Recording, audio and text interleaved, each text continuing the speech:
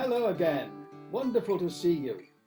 I trust that what I have to share with you today will be a real encouragement because we're dealing with a remarkable guy. His name was Saul of Tarsus, known perhaps better to us by his Roman name, Paulus or Paul. He was a great adventurer for Jesus, and we're fortunate that Luke, who was a great friend of Paul, actually writes a great deal about the adventures of his friend. He shared in many of them, not least the one we're looking at here. Because if you've been listening with us before, you'll know we're looking at the adventures of Paul in the city of Philippi. My, what a time he had. He was founding a church there, and he was founding it with very interesting people, and to be honest, quite unlikely people. The first convert was a businesswoman, a Jewish woman. The second appears to have been a slave girl who'd been delivered from demons.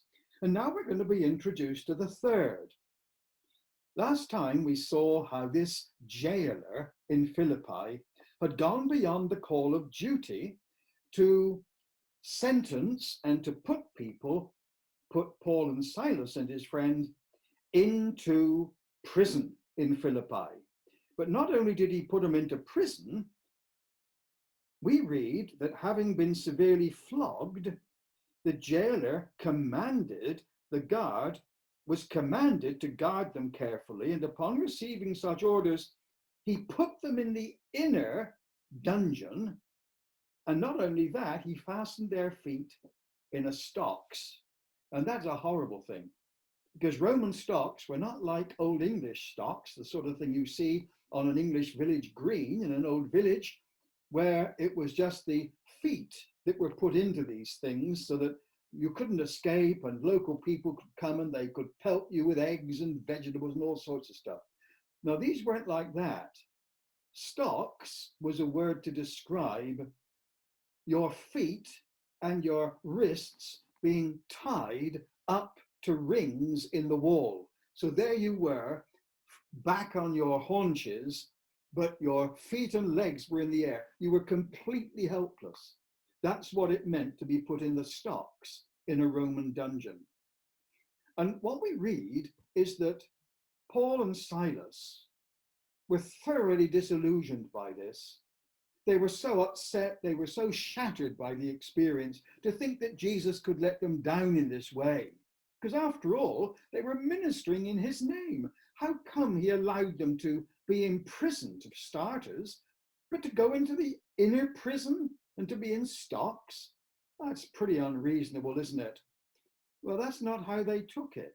It's interesting, isn't it, how, as with Joseph in the Old Testament, you remember how his brothers sold him into slavery. What was his comment to them? You meant it for evil, but God meant it for good. In other words, the Lord allowed him to suffer because he had a wider purpose in view. It wasn't the end of the matter as far as the Lord was concerned, and neither was it for Paul, because I don't know whether you're familiar with this account, but what happened is that Paul and Silas were singing hymns to God. Isn't that incredible? Would you feel like singing the Lord's praises with your feet in stocks in a filthy Roman prison? Probably not. Other prisoners were listening to them singing, and they must have thought, what on earth is going on here? How can they be so cheerful as they saw it, suffering as they are? Well, you see, God had a purpose in it. And when things go wrong in our lives, the first question to ask is, oh no, the Lord's deserted me. First question to ask is, what's the Lord showing me in this?